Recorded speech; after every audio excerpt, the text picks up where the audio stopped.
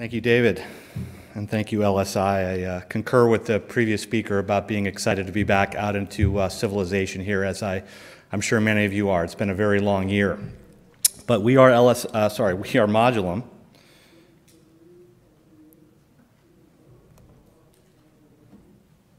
Let's see here. There we go. And to start, we are a non-contact diagnostic imaging and decision support solution assessing lower limb vascular and tissue health. We are, excuse me, let me just slow this down. We are underway in commercial scale-up with only $10 million of dilutive equity capital invested to date. With that amount of money, we've been able to get to an FDA-cleared device and CE marked, and we have a differentiated CPT code. We are currently in the process of market entry in a $600 million US beachhead for managing limb complications in highest risk kidney disease, diabetes, and PAD patients. Sorry. So we've got a strong leadership team. I took over as CEO in December of 2020 with a strong background of commercial scale-up and taking companies through to exits.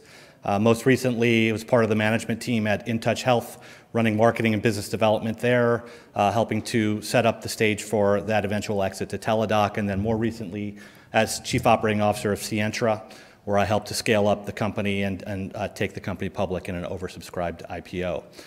Have a very strong supporting cast in David Casilla, Aman Mazar on the technical side, and Gary Marson on the sales side, and also a very strong roster of clinical advisors, including on the podiatry side, interventional radiology, wound care, and Francis Duhay, former Chief Medical Officer at Edwards. So very strong supporting cast.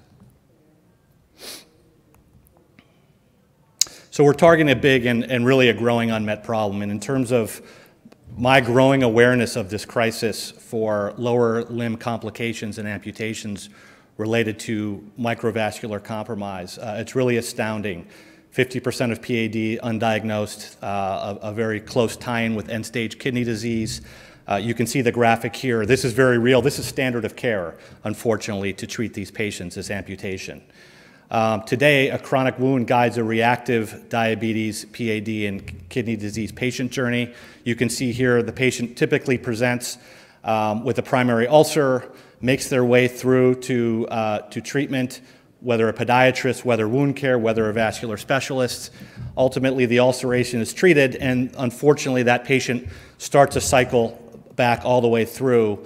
The current standard for assessing microvascular compromise is subjective. It's typically time-consuming, and it's a visual assessment. And really, there's an unmet need here for a microvascular assessment that can risk stratify and really drive proactive care. And that's where Clarifi comes in, our solution.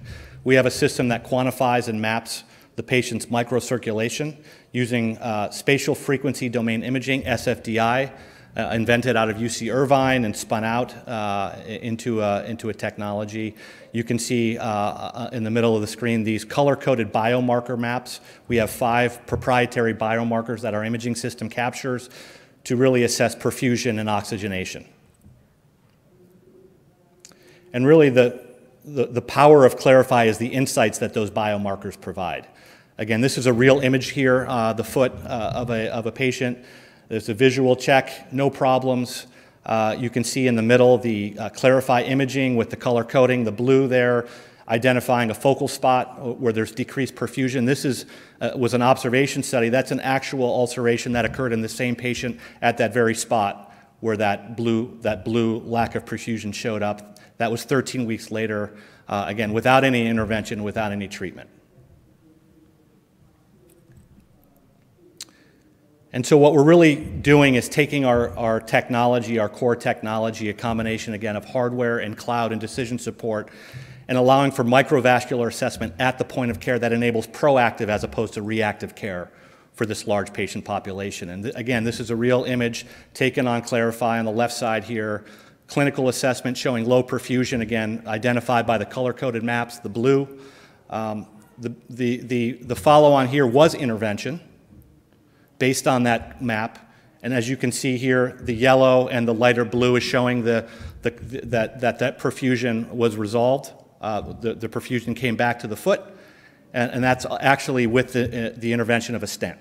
So identification, localization, intervention, hopefully the saving of an ulceration or an amputation.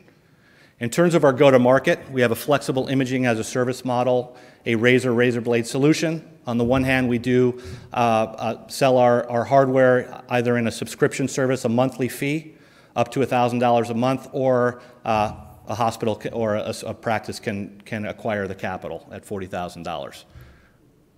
We connect that to our cloud, and we allow a remote clinician then to access those images and to provide an interpretation.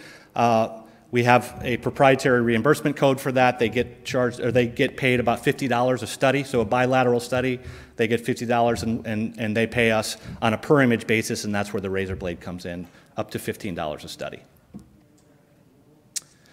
So our view of the lower limb market in the U.S. is about $1.6 billion in terms of 43 million patients. But as I mentioned earlier, we're really focused in on a market entry strategy around the dialysis call point, treating the highest risk patients that present diabetes, PAD, and kidney disease, as well as a podiatry call point. And those two markets combined is closer to about $600 million where we're scaling today. And this is the renal care model, where we're really seeing a lot of tailwinds coming from the CMS, the recent program announced around capitated care for these end-stage renal and early and chronic kidney disease patients to manage the total cost of care.